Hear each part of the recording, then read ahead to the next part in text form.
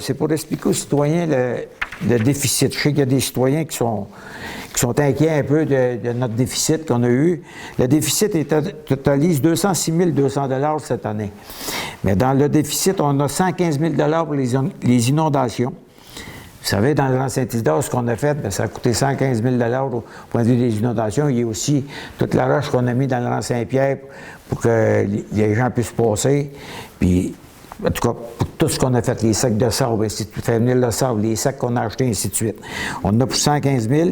On a 25 000 $ pour la station de pompage dans Saint-Michel, que ça a dépassé les coûts, parce qu'il y a des choses qu'on n'avait pas été informés, parce que la station de pompage coûtait 60 000 $ à réparer, mais pour l'électricité, il n'y a pas personne qui m'avait dit qu'il fallait se collecter, que c'était pas compris dans le prix.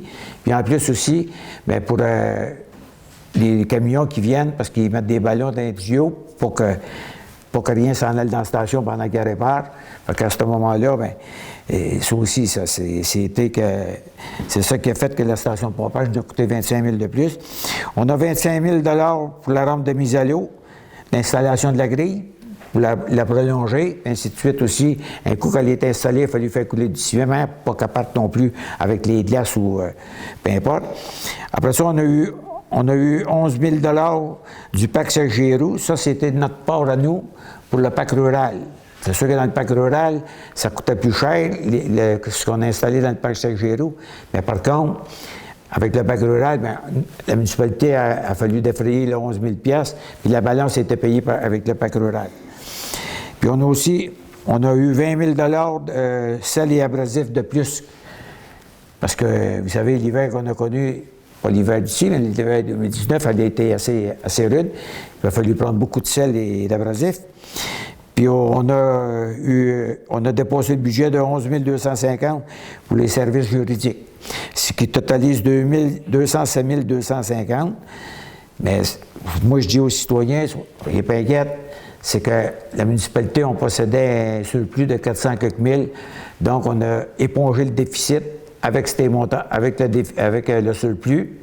Puis à l'heure actuelle, on avait reçu 15 500 $ de la sécurité civile. Puis il y avait une autre 63 000 qui est en attente, qui va revenir ici. Fait que notre surplus, ça, c'est des montants d'argent qu'on va remettre dans le surplus. Donc, ça veut dire que notre surplus, il va nous rester pas loin de 300 000 ici encore dans le surplus. Fait que je vous dis, si vous avez des questions, gênez-vous pas. Je suis là pour vous répondre. Vous avez les conseillers qui sont là pour vous dire que c'est le pourquoi qu'il y a le surplus. C'est sûr que c'est des travaux qui ont été faits, mais vous savez, les inondations, là, on ne peut pas prévoir ce qui arrive.